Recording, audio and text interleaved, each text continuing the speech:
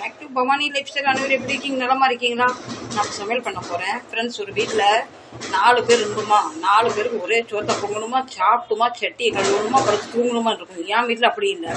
பையனுக்கு பண்ணுறது இவருக்கு பிடிக்கிறது, இவருக்கு பண்ணுறது பையனுக்கு பண்ணுறது. நான் 2 பேருக்கும் பார்த்து பார்த்து செய்ய வேண்டியதாக இருக்குது. அதனால இப்போ என்ன பண்ண போகிறேன்னா பாருங்கள்.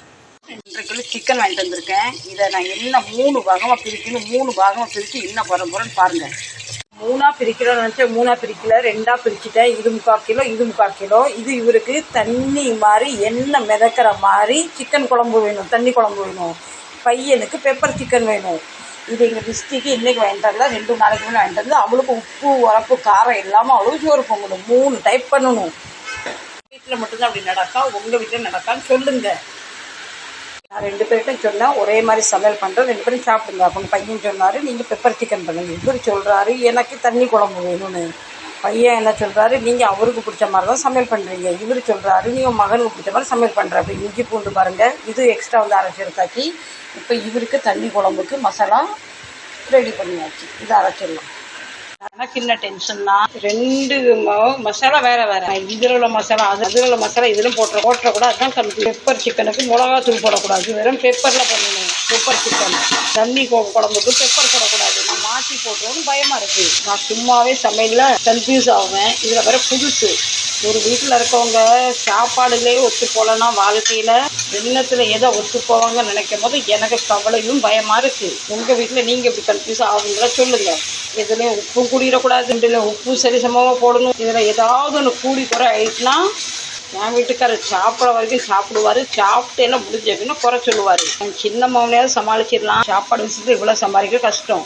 என் வாழ்க்கை பயத்தில் இப்படியே முடிஞ்சிடும் போல். அது எனக்கு பெருசாக நான்வெஜ்லாம் சமையல் பண்ண தெரியாது. நான் நான்வெஜ் சமையல் பண்ண விரும்பவும் மாட்டேன்.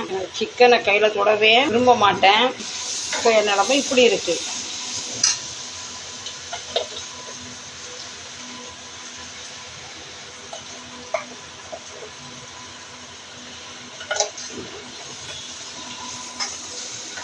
என்னோட பிரச்சனை இதுலேயும் அதுலேயும் மசாலா காரம் உப்பு எல்லாம் கரெக்டாக போடணும். இதுலேயும் கூடிடவும் கூடாது, குறைஞ்சிடவும் கூடாது. இப்போ பாருங்கள், ஆரம்பத்துலேயே இந்த மிஸ்டேக் பண்ணிட்டேன். இது தக்காளியும் அரைச்சேன். ஒரு தக்காளி வந்து பெப்பர் சிக்கனுக்கு கட் பண்ணி வச்சேன். இதில் போடுறேன்னு இதில் மறந்து போட்டுட்டேன். பார்த்தீங்களா, கன்ஃபியூஸ் இப்படி தான். எனக்கு என்ன டென்ஷன், தக்காளியும் தீர்ந்து போச்சு. ஃபைனலில் இதில் ஒரு லெமன் ஊற்றினா கதை முடிஞ்சு போகும். சிக்கனை போட்டுடலாம். இந்த ஈரல் என் வீட்டுக்காரருக்கு ரொம்ப பிடிக்கும். என் மகனுக்கு ஈரல் வந்து நான் அப்படி தூக்கி தூர போட்டுருவாரு. இந்த சிக்கனுமே நான் கழுவும் போது தனித்தனியாக பிரித்து வச்சுட்டேன். சில ஒரு பீஸ் என் மகனுக்கு ரொம்ப பிடிக்கும், சில ஒரு பீஸ் அவருக்கு ரொம்ப பிடிக்கும். இப்படி இருந்தால் நம்ம பொம்பளைங்க இது என்ன ஆகும். இப்போ பாருங்கள், இந்த கிண்டுற கரண்டியை இதில் போடக்கூடாது. இது மசாலா வேறு, அது மசாலா வேறு. அப்போ இன்னும் இதில் உள்ள மசாலா ஸ்மெல் அதில் போயிட்டுனா டேஸ்ட்லெஸ் ஆகிடும். இதில் 1 ஸ்பூன் பெப்பர் போடுறேன். இதுக்கு இடையில கிண்டி விடணும். அடி பிடிச்சிடக்கூடாது. அடி பிடிச்சா சாப்பாடு வாயில் வைக்க முடியாது.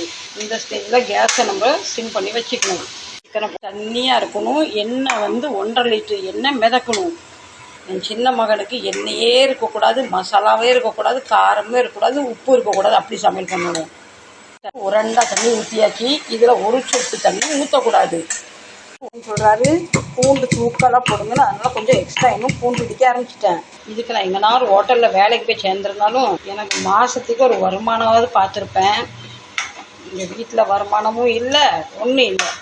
பெப்பர் சிக்கனுக்கு ஒரு மசாலா ரெடி பண்ணுறேன். இதை போட்டால் தான் பெப்பர் சிக்கன் நல்லா டேஸ்ட்டாக வரும்.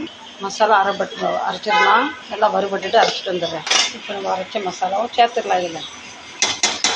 இதில் நான் 1 சொட்டு தண்ணி ஊற்றலை, ஆனால் நிறைய தண்ணி விட்டுருக்கு. இந்த ஸ்டேஜில் 2 பேரும் கூப்பிட்டு உப்பு காரம் பார்த்துக்கங்க, பின்ன கூடிட்டு குறைஞ்சுட்டு என்கிட்ட சண்டைக்கு நிற்கலாம் சொல்லியாச்சு. ஆனால் ரிஸ்டிக்கு உப்பு புளிப்பு காரம் எது இல்லாமல் அவளுக்கு தனி சமையல். நம்ம தண்ணி குழம்பு ரெடி ஆகிட்டு இப்படி தண்ணியாக இருக்கணும். மல்லி இலை இல்லை, மல்லி இலை போட்டிருந்தா இன்னும் டேஸ்ட்டாக இருந்திருக்கும். இதை அப்படியே மூடி வச்சிடணும். இப்போ நம்ம பெப்பர் சிக்கனும் இறக்கிட்டோன்னா எப்போவுமே கேஸில் வச்சு லெமன் ஊற்றக்கூடாது, கசப்பு தட்டிடும். இறக்கி வச்சுட்டு தான் லெமன் புரிஞ்சு ஊற்றணும். இப்போ 1 லெமன் ஃபுல்லாக ஊற்றுறேன். இப்போ தான் பெப்பர் சிக்கனுக்கு அந்த மிளகுக்கும் லெமனுக்கும் டேஸ்ட்டாக இருக்கும். இந்த கேப்பில் சாப்பாடும் அரிசியும் கறி வச்சுன்னா சாப்பாடும் வெந்துட்டு வடிச்சிடலாம். நம்ம நாளைக்கு என் வீட்டில் சமையல் ஒன்றும் இல்லை. இது தீர்ற வரைக்கும் காலையில் நைட்டில் மத்தியானம் இது தான். எனக்கு பாருங்கள், நேற்று வச்ச முள்ளங்கி கத்திரிக்காய் போட்ட சாம்பார். நான் நின்று சமையல் பண்ணி வேர்வே ஊற்றிட்டு, சரி ஃப்ரெண்ட்ஸ் உங்கள் வீட்டில் இந்த அக்கப்போர் நடக்குமான்னு சொல்லுங்கள். 3 பேர் இருக்கும், 3 பேருக்கு 3 சாப்பாடு. பார்த்துக்கங்க, குடும்பத்துக்குள்ள அவ்வளோ ஒற்றுமை இருக்குது. இந்த பதிவு பிடிச்சா கண்டிப்பாக சப்போர்ட் பண்ணுங்கள். மீண்டும் நல்ல பதிவு சந்திக்கிறேன்.